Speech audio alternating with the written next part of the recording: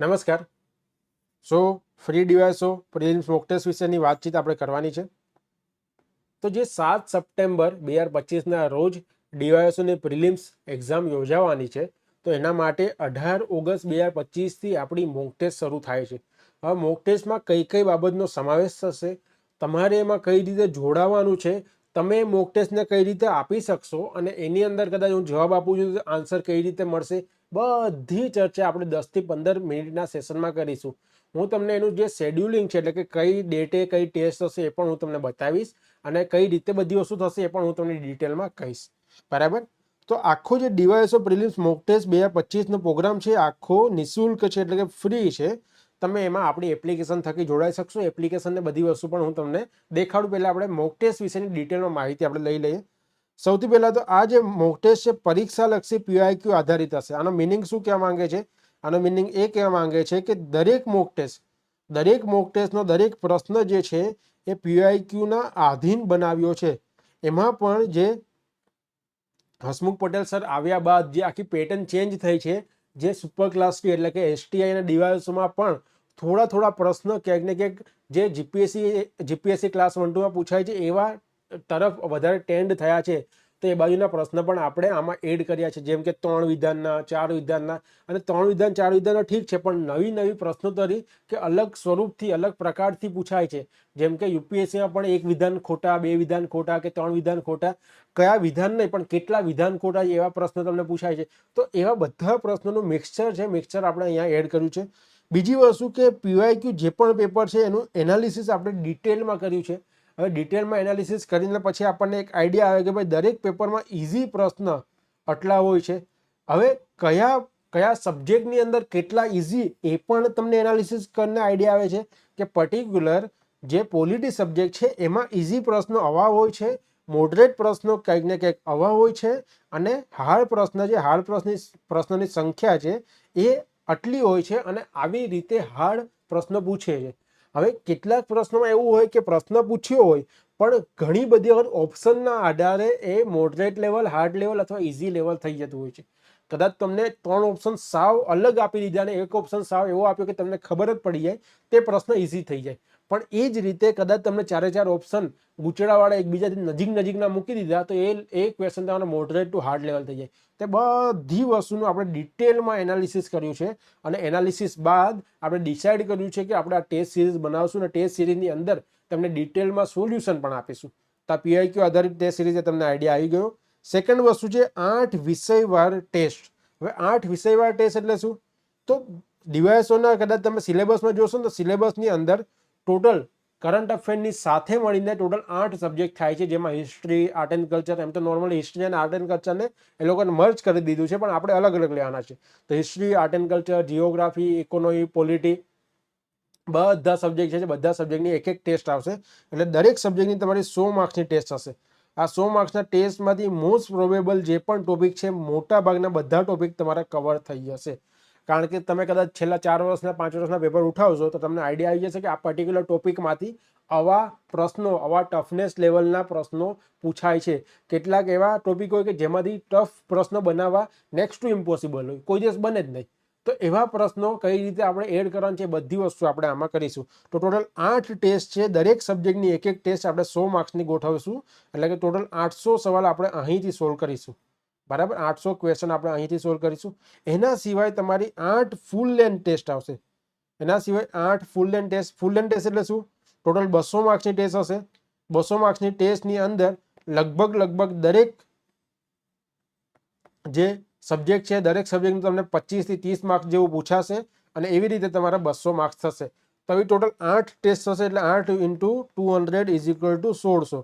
તો 1600 ક્વેશ્ચન તમે અહીંયાથી સોલ્વ કરશો, 800 ક્વેશ્ચન તમે જે સબ્જેક્ટ વાઇઝ ટેસ્ટ છે ત્યાંથી સોલ્વ કરશો. એ રીતે તમે એક્ઝામની પહેલા 200 માર્ક્સની એક્ઝામની પહેલા 2400 સવાલ તમે સોલ્વ કરી જશો. બરાબર.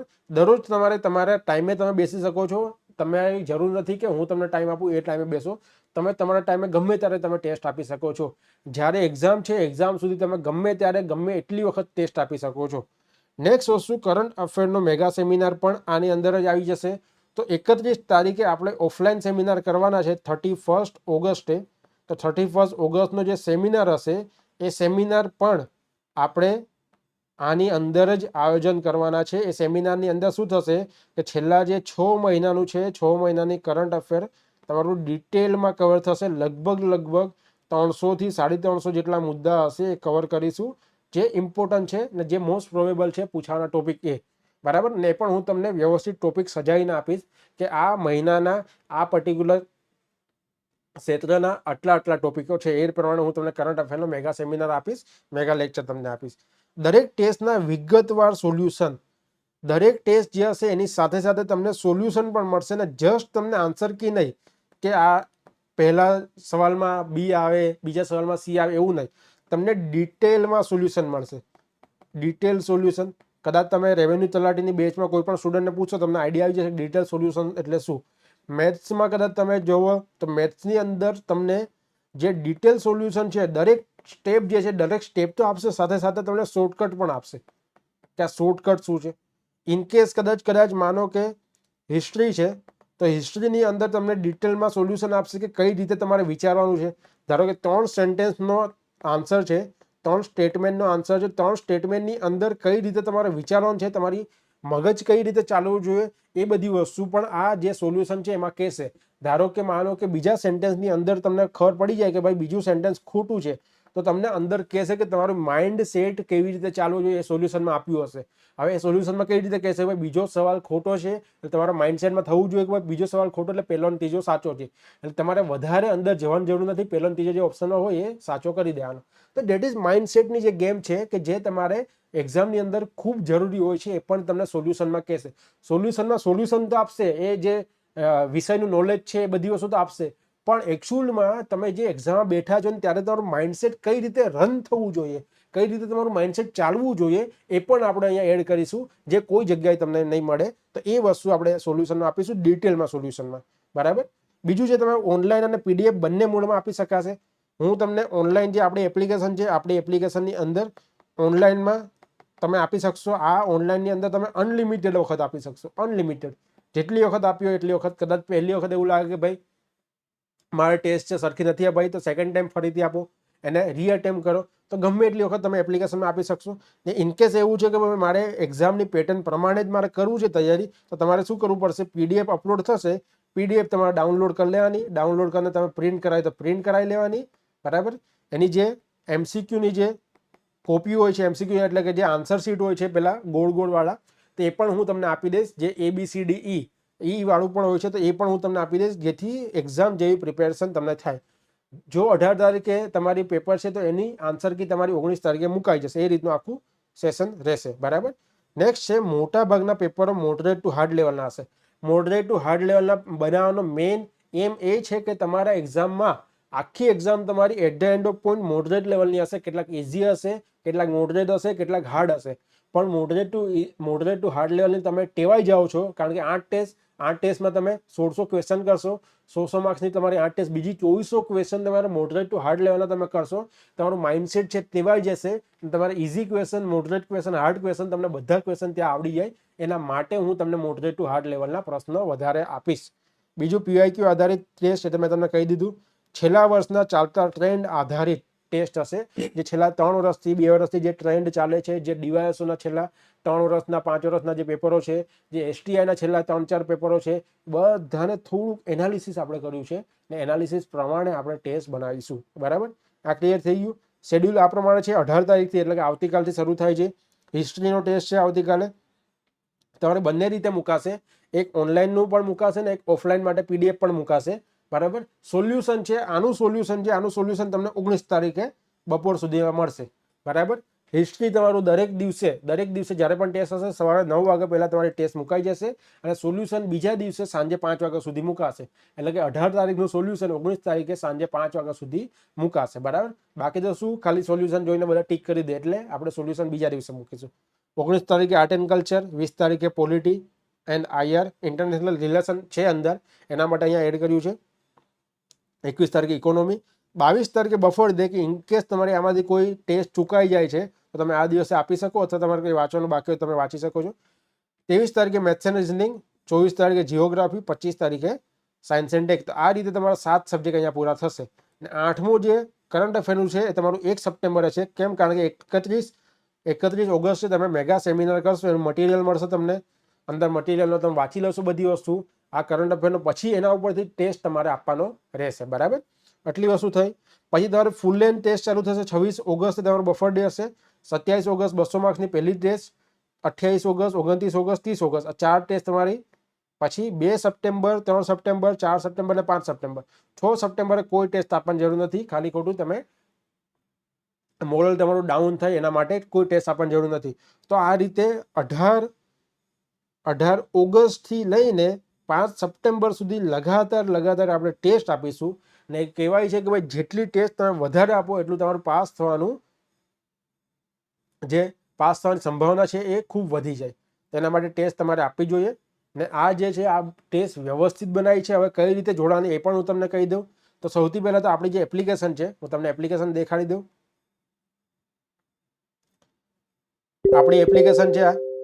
તો આ એપ્લિકેશન જે છે, એપ્લિકેશન છે નિર્મિત એકેડમી. નિર્મિત એકેડમીની એપ્લિકેશન તમે સર્ચ પણ કરી શકો છો પ્લે સ્ટોરમાં જઈને, અથવા તો તમે કદાચ એવું હોય તો લિંક તમારે અહીંયા જે ડિસ્ક્રિપ્શનમાં લિંક પણ મુકાઈ જશે, એના ઉપરથી પણ તમે જઈ શકો છો. બરાબર, આ ઇન્સ્ટોલ કરવાની છે. ઇન્સ્ટોલ કર્યા પછી તમારે જવાનું છે લાઈવ કોર્સમાં. લાઈવ કોર્સમાં તમારે એક પટ્ટી દેખાશે, પોતાની બેઝિક વિગતો ભરીને લાઈવ કોર્સમાં તમે જશો, અથવા તો ટેસ્ટ સિરીઝમાં, બેમાંથી એકમાં તમે જશો, બંનેમાં મળી જશે.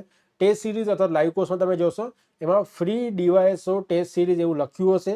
એ ટેસ્ટ સિરીઝમાં તમારે જે એપ્લિકેશન આપણે યુઝ કરીએ છીએ, જે ઓનલાઈન તમે એપ્લિકેશનને ટેસ્ટ આપશો, એ બધા માટે એ લોકો મિનિમમ સ્ટુડન્ટનો ચાર્જ 20 રૂપિયા લે છે. એટલે મિનિમમ ચાર્જ એ લોકોના જે ખાતામાં જાય છે એ તમારે ભરવાનો રહેશે 20 રૂપિયા જેટલો. એટલે તમે આ જે ટેસ્ટ સિરીઝ છે એમાં તમે જોડાઈ શકશો. આ ટેસ્ટ સિરીઝ તમે એક્ઝામ સુધી ગમે એટલી વખત તમે ડાઉનલોડ કરી શકશો, ગમે એટલી વખત તમે આપી શકશો. ને તમામ જે એક્ઝામ છે, તમામ પેપર છે, બધા વ્યવસ્થિત આપણે બનાવ્યા છે, ડિટેલમાં વ્યવસ્થિત બનાવ્યા છે. એનું સોલ્યુશન જે આપીશ એમાં તમને બહુ મજા આવશે, કારણ કે તમારું માઇન્ડસેટ કેવી રીતે ચાલુ જોઈએ એ પણ હું તમને આપીશ. બરાબર, લિમિટેડ સ્ટુડન્ટ આપણે રાખ્યા છે. હમણાં સુધી લગભગ 1800 થી 1900 જેવા સ્ટુડન્ટ જોડાઈ ગયા છે. તો 1800-1900 સ્ટુડન્ટ આપણે જોડાઈ ગયા છે. એક નંબર આવશે પછી આપણે એને બંધ કરી દઈશું. કદાચ મેં વિચાર્યું છે કે 19 તારીખ 20 તારીખ સુધી આપણે કમ્પ્લીટ કરી દઈશું, એટલે કે બંધ કરી દઈશું. બરાબર, પછી આપણે એડમિશન લેશું નહીં. તો જેમણે પણ જોડાવવું હોય એ વહેલી તકે તમે જોડાઈ શકો છો. આ જે એપ્લિકેશન છે, એપ્લિકેશનની લિંક આપી છે, એમાંથી તમે જોડાઈ શકશો. બરાબર, કોઈ બીજો ડાઉટ હોય તો આ નંબર છે આપણો 8980489895. એના પર તમે કોન્ટેક્ટ કરી શકો છો. આના સિવાય રેવન્યુ તલાટી પ્રિલિમ્સની જે સિરીઝ છે, એટલે કે જે આખી કોર્સ છે એ ફ્રીમાં ચાલે છે, એમાં તમે જોડાઈ શકો છો. રેવન્યુ તલાટીનો મેન્સનો કોર્સ જે આખા ગુજરાતમાં સૌથી સસ્તો છે, એમાં પણ તમે જોડાઈ શકો છો. ઓનલી 599 રૂપિયાનો છે. એમાં પણ તમે જોડાઈ શકો છો, જે આખો લાઈવ છે. બરાબર, ને એના ઘણા સારા રિવ્યૂ છે પણ તમે જોઈ શકો છો.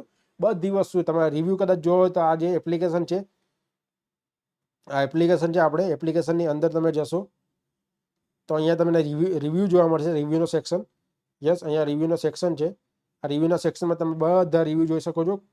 એક સિંગલ રિવ્યૂ છે નેગેટિવ નથી, બધા તમને રિવ્યૂ જોવા મળશે, જે આપણી ક્વોલિટી કન્ટેન્ટ, ક્વોલિટી લેક્ચર એ બધાની વાત કરે છે. અને બધા સ્ટુડન્ટ તરફથી લખવામાં આવ્યો છે. સિંગલ રિવ્યૂ, એક સિંગલ રિવ્યૂ, હું તો કહું છું બધાને, એક સિંગલ રિવ્યૂ ફેક નથી. બરાબર, બધા રિવ્યૂ સ્ટુડન્ટ તરફથી જ છે. ચલો, તો ફરીથી મળીશું. કોઈ પણ ક્વેરી હોય તો આ નંબર ઉપરથી તમે કોન્ટેક્ટ કરી શકો છો. ફરીથી મળીશું કોઈ નવા ઇનિશિયેટિવ સાથે, કોઈ નવી વિગત સાથે. ત્યાં સુધી જય હિન્દ, જય Bharat. Thank you all of you.